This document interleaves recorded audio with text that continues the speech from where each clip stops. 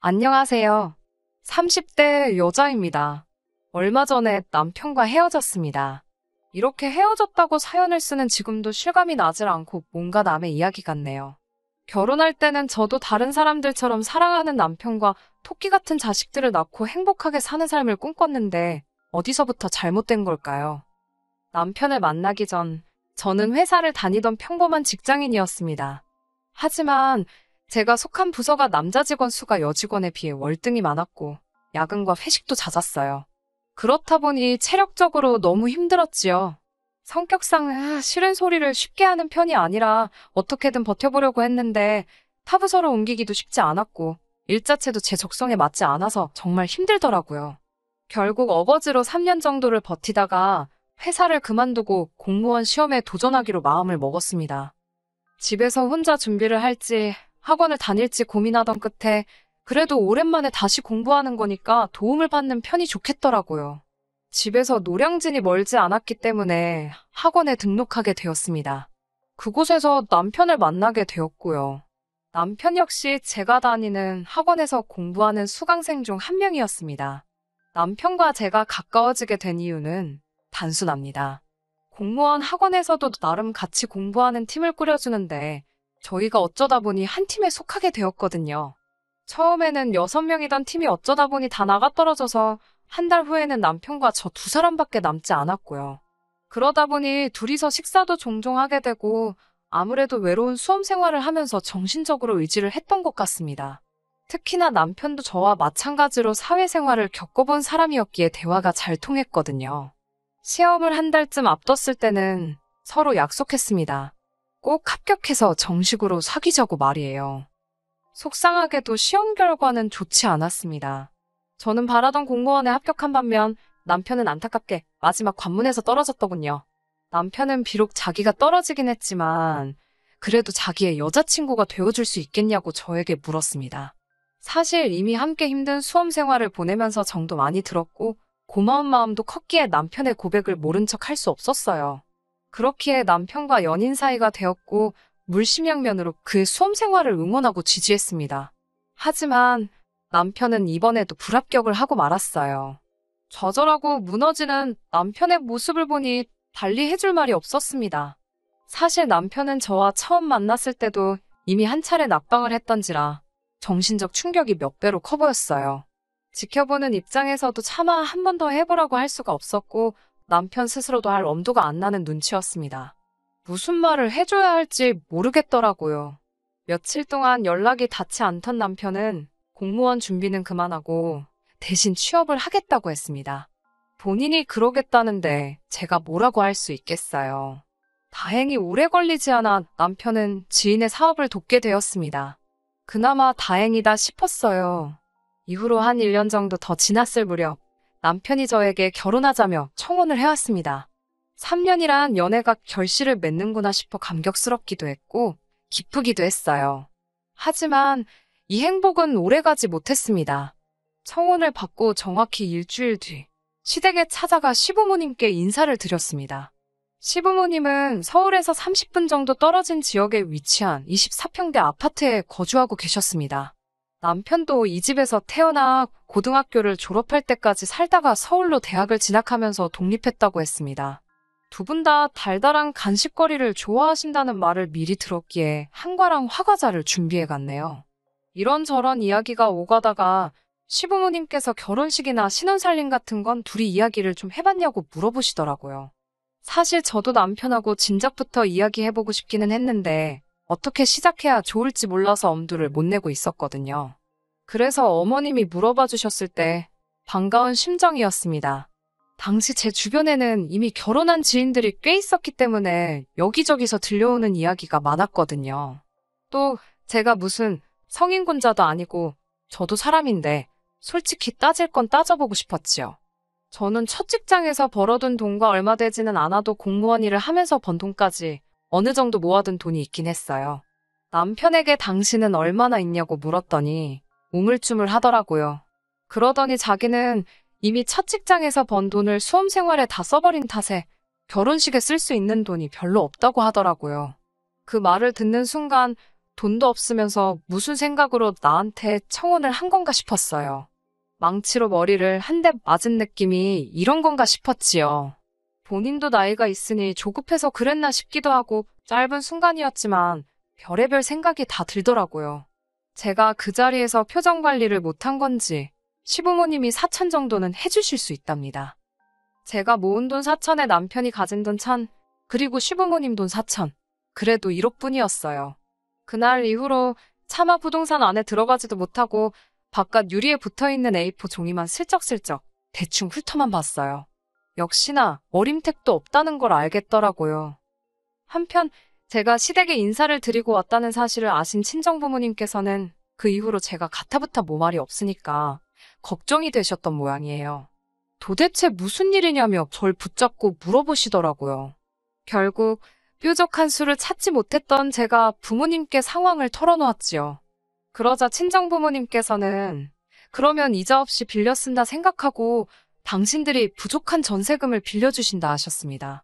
겨우 돈 때문에 좋은 사람을 놓치면 되겠냐면서 말이지요. 커다란 걱정거리를 순식간에 덜게 되니 마음이 너무 홀가분해지더라고요. 그 주 주말 마침 아버님 생신이었기에 다시 한번 시댁에 찾아가게 되었습니다. 그날은 신우와 신우 남편도 와 있더라고요. 남편보다 3살 많은 신우는 뚜렷한 직업은 없고 프리랜서로 활동하면서 자기 용돈 정도만 벌고 있다고 들었습니다. 신우 남편도 대학원을 다니고 있는 학생이라고 했고요. 남편 말로는 애가 생겨서 부랴부랴 혼인신고를 먼저 했는데 애가 잘못되었다더라고요. 그래서인지 사이가 별로 안 좋다나요. 아무튼 아버님 생신상에 모여 다 같이 식사도 하고 이런저런 이야기가 오갔습니다. 그러다 제가 저희 친정에서 1억을 빌려주신다 하여 전세금을 해결할 수 있을 것 같다고 말씀을 드렸어요. 저는 시부모님도 그렇고 남편도 좋아할 줄 알았습니다. 그런데 순간 말 그대로 시간이 얼어붙은 것 같았습니다. 남편은 정말 감사한 일이라면서도 주변의 눈치를 살피는 듯 했고 어머님 역시 아버님과 신우 남편의 표정을 살피는 듯 했어요. 아버님께서는 왜 너희 아버지가 1억을 빌려주시냐면서 너희 둘 다 성인인데 너희들 이름으로 대출받으면 되지 않냐고 물으셨습니다. 약간 화가 나신 듯한 목소리였지요. 그리고 왠지는 모르겠지만 신우 남편이 밥을 다 먹지도 않고 먼저 일어나겠다며 자리를 박차고 일어났고 신우도 진짜 이럴 거냐면서 자기 남편을 따라 나가더라고요. 아무래도 제가 뭔가 말실수를 한 것 같았어요. 남편이 저에게 잠깐 이야기 좀 하자면서 방으로 저를 부르더라고요. 신우 남편이 평소에 처가, 그러니까 저에게는 시댁이네요. 돈 없는 걸 가지고 평소에도 신우를 못 살게 군다는 거예요. 그런데 이번에 처남, 그러니까 제 남편이 돈 있는 처가로 장가간다고 저러는 거랍니다. 제가 불난 집에 기름을 부었다나요. 너무 유치하고 어이가 없었어요. 한마디로 신우 남편 인성이 썩어 빠졌다는 건데 그게 제 탓은 아니잖아요. 무엇보다 제가 신우 남편이 속으로 무슨 생각을 하고 있는지 어떻게 알았겠어요. 다시 거실로 나오니 아버님은 아버님대로 저한테 잔뜩 화가 나셨더라고요. 하시는 말씀이 왜 저희 아버지께서 1억을 해주시냐입니다. 저희 전세금이 부족해서 도와주시고 싶어 하시는 거라고 다시 한번 제가 설명을 드렸더니 정말 그뿐이냐고 물으시는 거예요. 그럼 다른 뜻이 있어야 하는 거냐고 제가 물었습니다. 제 말투가 예의 바르지 못했다는 건 저도 인정합니다. 아버님께서는 혹시 저희 아버지가 당신과 기싸움이라도 지금 하려고 그러시는 거 아니냐고, 지금 1억으로 남편하고 당신 기죽이려고 그러는 거 아니냐고 따지셨어요. 제가 어이가 없어서 웃음이 다 나려고 하더라고요. 절대로 그런 거 아니니까 오해하지 마시라고 달래듯 풀어드렸습니다. 이때만 해도 솔직히 그저 나이 드신 아버님의 유치한 노여움 정도로 생각했어요. 하지만 결혼식을 올린 이후로 점점 뭐라고 해야 할까요? 이렇게 표현해도 될지 모르겠는데 남편을 포함한 시댁 식구들이 점점 염치가 없어지더라고요. 결혼식을 올리고 얼마 지나지 않아 친정 아버지의 생신이셨어요. 저희가 결혼할 수 있도록 큰 돈을 빌려주시기도 했고 이자도 받지 않으시는 만큼 용돈을 넉넉히 챙겨드리고 싶었습니다. 그래서 남편에게 한 50 정도 드리자고 했지요. 그런데 남편이 펄쩍 뛰면서 자기는 자기 부모님한테 한 번도 30 이상 드려본 적이 없다는 거예요. 하지만 남편은 매달 시부모님께 20만 원씩 용돈을 보내드리고 있고 생일은 또 따로 챙기는 걸 제가 알고 있거든요. 반면에 저희 부모님은 이자도 안 받으시고 다달이 저희로부터 용돈도 안 받으십니다. 남편도 그걸 뻔히 알면서 그런 반응을 보이니까 솔직히 정 떨어지더라고요. 결국 이 일을 계기로 저희는 부모님 용돈은 각자 챙기고 생활비도 반반 부담하기로 했습니다. 친정아버지가 갚지 말라고 하셨지만 제가 우겨서 다달이 20만 원씩 이자 명목으로 드리기로 하였고요. 남편은 저더러 이상한 똥꼬집이라고 했지만 이게 다 본인의 뻔뻔한 태도 때문에 생긴 일이라는 건 모르는 듯 했어요. 한 번은 이런 일도 있었네요. 얼마 지나지 않아 친정아버지께서 결혼 35주년 기념으로 친정어머니 차를 바꿔주셨습니다. 그러자 친정어머니께서 당신이 타시던 구형 그랜저를 저더러 갖겠냐고 물어보시더라고요. 당시 저와 남편은 제가 처녀 때부터 타던 차를 같이 쓰고 있었기에 이참에 2대를 쓰는 것도 나쁘지 않겠다 싶더라고요. 그래서 좋다고 했습니다. 사실 구형 그랜저라고는 해도 친정어머니께서 어디 멀리 타고 다니신 것도 아니고 4년 정도밖에 가지고 계시지 않았기 때문에 상태도 굉장히 좋았어요. 그런데 남편이 시부모님께 뭐라고 했는지 시부모님께서 굉장히 언짢으신 투로 전화를 걸어오셨습니다. 저더러 하시는 말씀이 네 남편은 새 차 탈 줄 모르는 줄 아냐입니다. 그러면서 사돈도 너무 하시답니다. 새 차를 사주시던가 아니면 차라리 중고차를 팔아서 돈으로 주시지 받는 사람 기분은 생각도 안 하시나 보다고 불평을 늘어놓으시더군요. 황당했지요. 안 줘도 그만인 차를 생각해서 주신 건데 막말로 동네 고철상에 가져다 줬어도 이보다는 좋은 소리를 들었겠다 싶었습니다. 듣고 있자니 이건 뭐 말 그대로 시부모님이 저희 부모님을 무시하는 거잖아요. 순식간에 화가 나더라고요. 그렇게 마음에 안 드시면 아버님이 한 대 사주시지 그러세요. 이제까지 뭐 하시느라 아들 차 한 대도 못 사주셨냐고 쏴붙여버렸습니다. 그러자 저더러 말하는 싸가지 좀 보랍니다. 싸가지가 없어서 죄송하고 남편은 절대로 그 차 못 타게 할 테니 걱정 마세요. 라고 말씀드린 뒤 전화를 끊어버렸어요. 얼마 지나지 않아 남편이 퇴근을 하더군요. 씩씩거리며 현관을 들어오는 폼이 딱 봐도 아버님한테 벌써 무슨 일이 있었는지 들었는 모양이에요. 저는 차키 내놓으라고 했습니다. 타지 말라고요. 내 차도 우리 엄마 차도 다 타지 말라고요. 네 능력으로 사서 타라고 했습니다. 그러자 진짜 치사하게 이럴 거냐면서 키를 안 주더라고요. 제가 보험에서 당신 이름 다 뺄 거고 도난 신고해버릴 거니까 장난하는 거 아니라고 타지 말라고 했습니다. 다음 날 아침에 보니까 자기도 치사하고 더러웠는지 차키 꺼내놓고 출근했더라고요. 치워버렸습니다. 어머님한테 문자가 와 있기를 줬다가 뺏는 게 세상에서 제일 나쁜 짓거리랍니다. 무시해버렸어요. 이뿐만이 아닙니다. 사실 그간 서로 간에 마음 상했던 일들을 하나하나 다 적자면 밤을 새도 부족할 거예요. 그래도 어렵게 부부의 연을 맺은 만큼 저나 남편이나 예전으로 돌아가기 위해 나름의 노력을 했습니다. 그렇지만 둘이서 아무리 노력해도 시댁 식구들이 얽혀버리면 금세 원점으로 돌아가 버렸습니다. 모든 것이 수포로 돌아가 버리는 기분이었어요. 소용이 없더라고요. 그러다 최근의 일로 저희 두 사람의 관계의 종지부를 찍게 되었습니다. 얼마 전 신우랑 신우 남편이 결국 이혼을 한다는 소식을 듣게 되었습니다.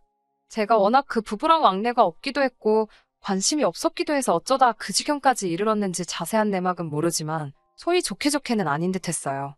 남편도 자기 누나 일이라서 그런지 며칠 동안 표정이 안 좋더라고요.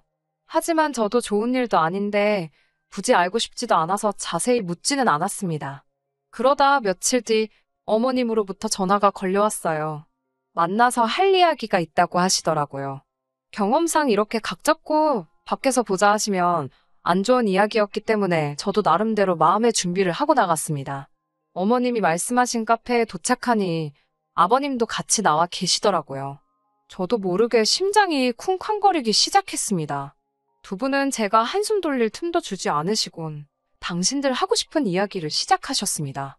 신우 이혼하는 거 들었냐면서 신우 남편 쪽에서 위자료를 요구한다더군요.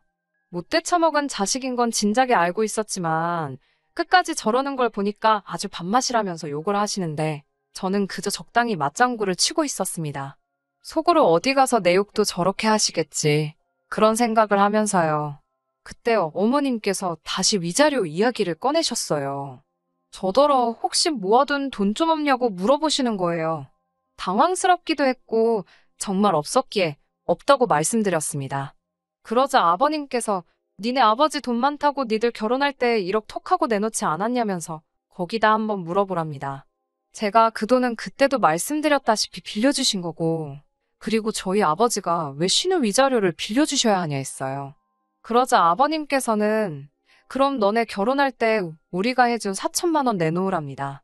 우리는 쪼잔하게 빌려준 게 아니고 그냥 준 거였지만 저하는 꼬라지가 마음에 안 들어서 다시 돌려받으셔야겠다고요. 그 돈을 저를 주셨어요? 아버님이 저를 보고 주신 거라고요. 남편이 저한테 장가와야 되는데 돈이 없으니까 주신 게 아니고요. 라고 제가 따지자 그딴 거 모르겠고 당신 돈 내놓으랍니다. 정말 옛날 개그처럼 기가 차고 코가 차더라고요. 그 돈 막말로 무슨 제가 핸드백 하나라도 샀으면 말을 안 해요. 전세 구하는데 다 들어간 거 뻔히 하시는 분이 그러시니 진짜 웃기더라고요. 아버님은 혼자 씩씩대시더니 저더러 기다리랍니다. 그러더니 남편한테도 전화를 거시더라고요. 저도 차라리 잘 됐다 싶었어요. 이 자리에서 뭐가 됐던 간에 아주 결판을 지어야겠더라고요. 얼마 지나지 않아 남편도 금방 도착했더군요. 저와 시부모님 표정을 보고 분위기 파악이 됐는지 짜증스러운 얼굴로 무슨 일이냐고 묻길래 제가 아버님이 4천만 원 돌려달라신다고 짧게 대답했습니다. 그러자 아버님께서 네 마누라 말하는 사가지가 아주 개꼬라지라서 내가 그 돈 돌려받아야겠답니다. 지금 당장 가져오라고 아주 호통을 치시더라고요. 남편은 저를 보더니 너는 빨리 죄송하다고 못하냐면서 앞뒤 사정은 들어볼 생각도 안 하고 눈을 부라리더라고요. 카페에 있던 사람들이 수군거리는 소리는 들리지도 않는지 말이에요. 저도 악에 받쳐서 니네 잘난 아버지가 우리 아빠한테 가서 니네 누나 위자료 꺼오래는데 내가 그런 것까지 해줘야 되냐고 소리를 질렀습니다.